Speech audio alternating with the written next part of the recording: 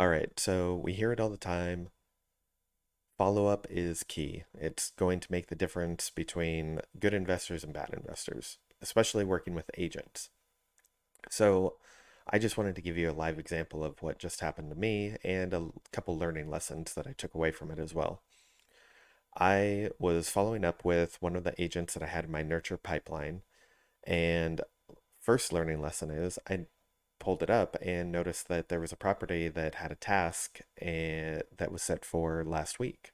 I didn't get to it and I didn't see it pop up, and there was a lot going on over the last week, but that was lesson number one. Make sure to always do your tasks that you have set in place.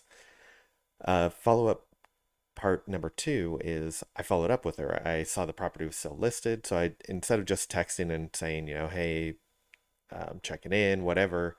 It was more about, hey, this property is still listed, so let's call. I called her, talked to her about it, and I found out through it that originally when I had called, I had the information from PropStream that the there was no mortgage, and I was under the assumption that this would have been a seller finance situation. So all of my conversations were kind of leaning towards that, and agent didn't mention that there was a mortgage, but that's on me, and that's lesson number two. I should have asked about, is there a mortgage in place? And so, you know, almost 2 months go by. I was communicating, texting, following up, and asking if there were any traction on the property, if there were any other offers.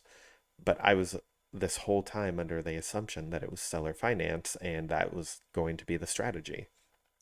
So after talking to her today, she said seller finance won't work, that's not an option for them. And I said, and I got thinking, like, why is that not an option? So I was like, oh, is there a mortgage in place? And she said, yeah, they can't do seller financing because of that. And I was like, oh, okay. So that just shifted the conversation.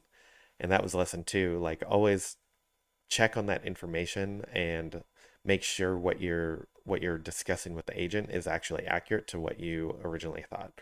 And that's why it's so important to ask those questions every time, regardless of what you think you know.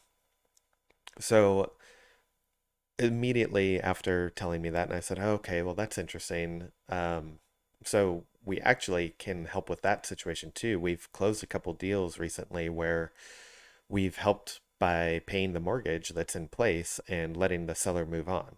Is that something that you think the seller would be interested in? Yes, absolutely. And I was like, oh, well, that was a lot easier if I would have had the right information. Obviously, I didn't say any of that, um, but now the key is we have a lead now. I put in an offer, and we're going to follow up later today. It sounds like there's quite the tight timeline now, and especially now that it's been 2 months since I originally talked to them.